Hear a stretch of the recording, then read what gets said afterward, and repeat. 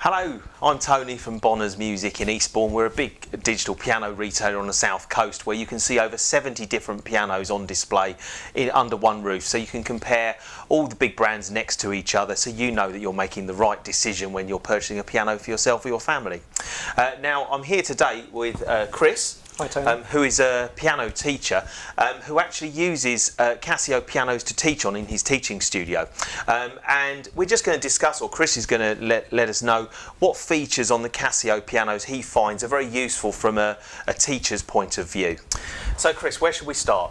Well, I suppose the two main things that I look for if I'm going to try a digital piano from a teacher's point of view is I look at what it sounds like. Yeah. So that's really important. Yes. Particularly the piano sound, the main Yes. sound you're going to use most of the time, and also the feel of the keyboard. Right. Okay. Because that's just as important. If the piano sounds good, but the feel for me doesn't actually recreate the feel of a real piano, it's not going to be as good. But this one, I have to say, I'm really impressed with the keyboard feel and the mechanism. They've really worked hard, obviously, in tying how the keyboard feels to how expressive you can play. The sound itself is a great quality sound, really good. Yeah. But also, I was really impressed by the levels of different tone you can get from it. So if you play softly and gently, Yes. you get a nice mellow sound. But there's plenty there if you really need to attack it and produce some very big strident chords, for example. Yes. You get a nice brilliant sound. It's much more like an acoustic piano. It's really good, actually. Really like it. The keyboard action itself is nice and firm. Yeah. It's very similar to your traditional acoustic piano. I noticed that the keys themselves they've got almost like an ivory finish on them, but obviously it's not ivory, it can't be. That's really interesting, actually. I noticed that because when I first started to play, the first reaction was, this feels a bit different to usual digital pianos. Yes. And then I realised it was because, you're right, all these keys themselves are textured to feel more like an acoustic piano key. And it's quite surprising, actually, what the difference it makes. Certainly, if you've played a piano like this with the textured keys, when you go back and play pianos without, they just feel plastic. Yeah. Big difference. Yeah. Would you like to play us something? Yeah, then? sure. Should we start with we'll just start with the piano sound, Concert grand piano. Yeah. Okay.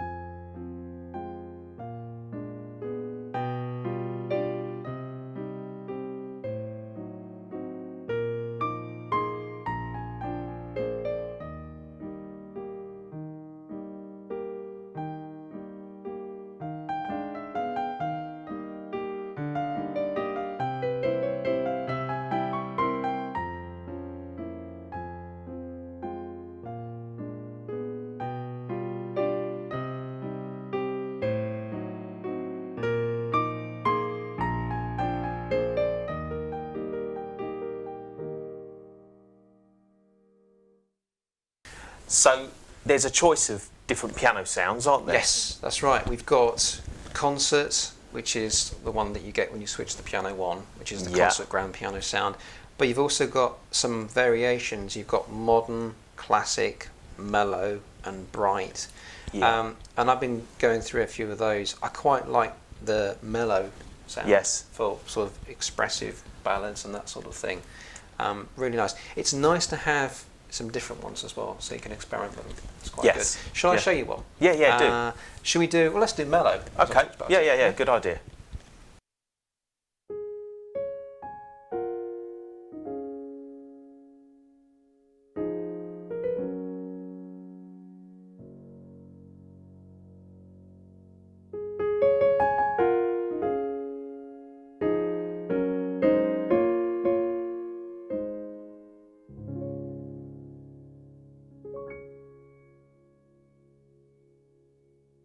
So, really great feel, good sound as well, and also there's some features on here that are quite good from a teaching perspective as well. Yeah. So one of the things that I really encourage students to do is when they're practicing and learning a piece of music, to actually listen to what they're doing. Yes. You know, I say if you've got your phone, you know, record yourself playing on the phone. And that's okay, But of course, phones, they pick up noises of the house around if it's a busy household, or what they get back through that little speaker in the phone isn't quite what they need to hear. No. So it's really good to have a recorder on the instrument, because they can then play what they've been working on during the week and listen back to it, and you can learn an awful lot. You can spot wrong notes or wrong rhythms that you thought you were playing correctly, but that was because you were focused purely on playing and reading the music. The nice thing about these pianos is that they are very, very easy to use. So I notice here that I've got all the functions that I need actually on the panel. I've noticed that the recorder here is very easy to use as well. And what I do, I'll just show you a very, very brief demo of how you record. So there's a button here that says recorder. I press it once and then press it once again, and then I'm straight away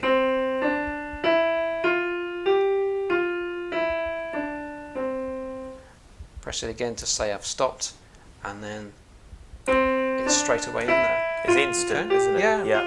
And you'd be surprised how much students actually like that. They record a piece of music, they can have it at home, they can practice it, and they can record it and play it back later on to family members. And that's definitely something that I use in lessons quite a lot, to encourage them to listen. So we talked briefly about the sound. Yes. Got a lovely grand piano sound on here. But a few of the other things that I can see myself using occasionally are, we've got things like electric pianos. We've got some features where we can add some other instruments as well, harpsichords and that sort of thing. And again, that's creating interest in playing. If students are playing jazz music, for example, they might like to choose some electric piano sounds if it's a more contemporary piece of music. On the other side of things, if they're playing something that's very old, maybe a piece of Baroque music, some Bach or something like that, they can actually use the harpsichord sound and hear what they're playing in an entirely different way. So it's it's really trying to encourage them to play more and to experiment with different sounds. But I noticed they're all useful sounds. There aren't any gimmicks on there, are they? No drum sirens beats, no helicopters. No, thank goodness. Yes. So they are things that they're going to use. So would you like to show us some of the sounds that you use? Sure. Okay. Well, I've just been having a look before we started to obviously record, and let's just go back to, obviously we've got concert grand piano on here, electric piano, for example.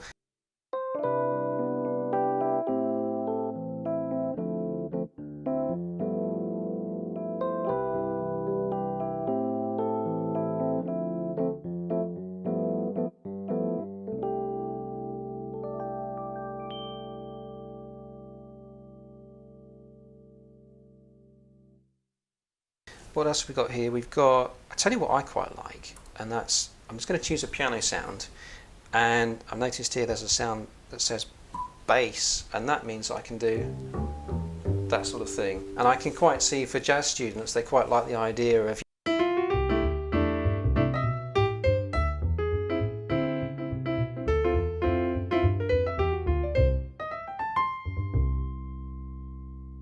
you get a walking bass sound like that. Yes. Okay. Yeah, good. Quite nice for practicing jazz piano. If you want to, we can have two sounds together, just by holding down. Let's have piano and strings.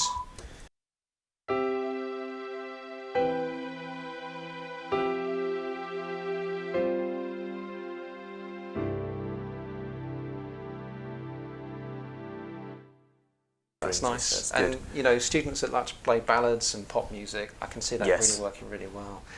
So lots of nice sounds. And actually, if you're into playing music that obviously reflects orchestras and that sort of thing, I've noticed on here there's something I've never seen this before on a piano, digital piano, and that is where we've got something called concert play. And I like this because what concert play is, it's a series of recordings, real recordings, that Casio obviously put into the piano. And the idea is that I've noticed that there's a book that goes with it. Right. Okay. And what you do is you can actually play along to the orchestra that's stored in the piano. Ah, but and it's a real orchestra. It's a real orchestra. Not what we in the business would call a MIDI recording, so it sounds like a computer. This is a real audio recording, it's not computerised. Let me just show you a little bit of how it works. So I just set it going there. And there's the orchestra.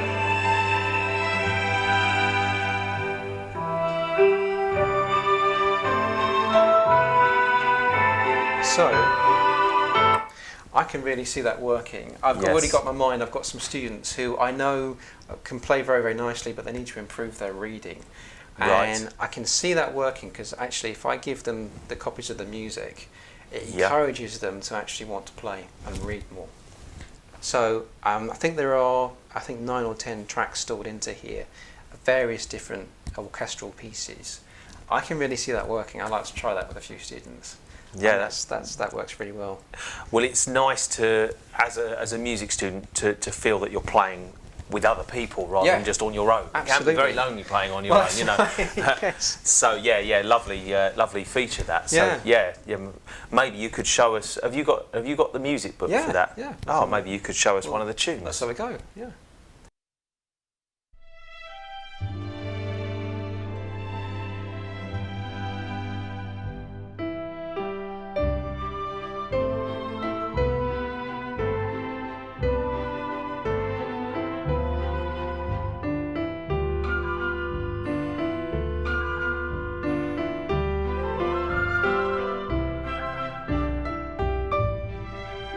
There are some other nice things on here. I mean, obviously, we've got things like a metronome and a little feature called duet as well. That's quite interesting because what duet does is it actually splits my piano keyboard into 2 mini pianos.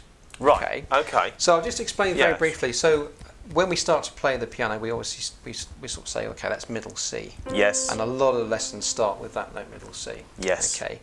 Now, what duet does is it actually gives us 2 of those middle Cs. Let's switch it on, and then you can hear, there it is, and there it is again. Okay? Right. So what would you use that for then? Okay. So if I'm teaching the very basics, okay, it's a really good way for me to sit alongside a student and say, right, let's start by playing something like this.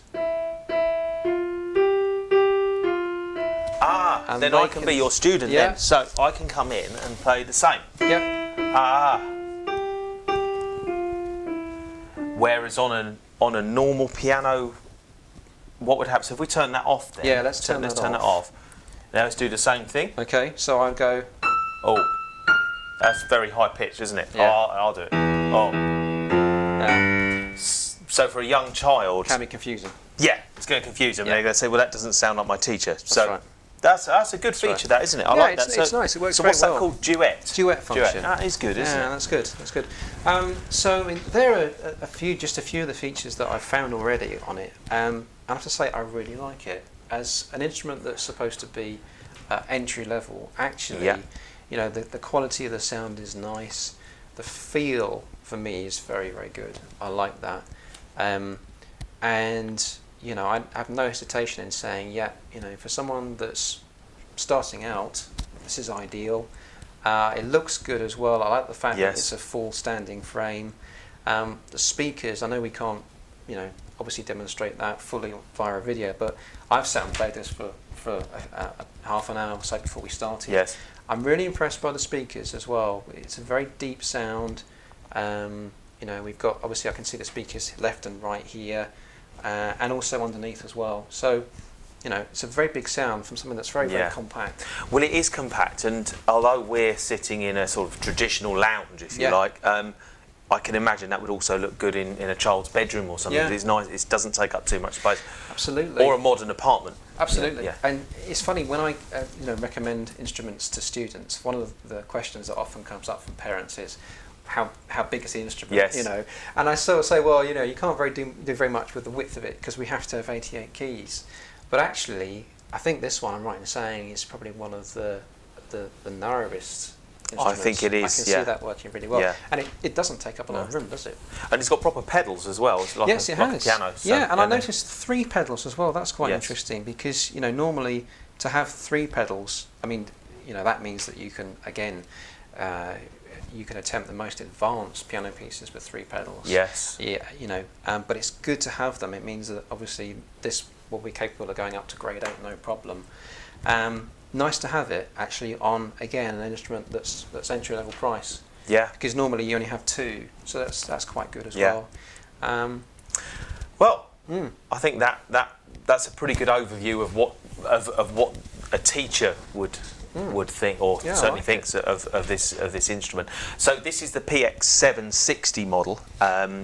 It's part of the same range as the Casio AP260, which is a bigger cabinet version of this particular piano, which I've actually done a demonstration video on. So if you look in the description for this video, you'll see the link to that other video I've made, which shows more of the sounds and things, but it's got the same specification as the PX760.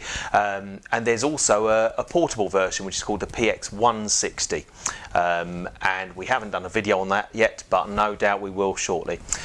So anyway, Chris, thank you very much for sharing with us today, you know, the features that from a music teacher's point of view. And if you want to come and see this piano, please do come down to our store in Eastbourne, where you can compare it with so many other pianos, or give us a call. We're quite happy to talk about pianos over the phone, and you can buy online. We offer 0% finance as well. So thank you very much for watching today, and I'll see you in the next piano demonstration movie.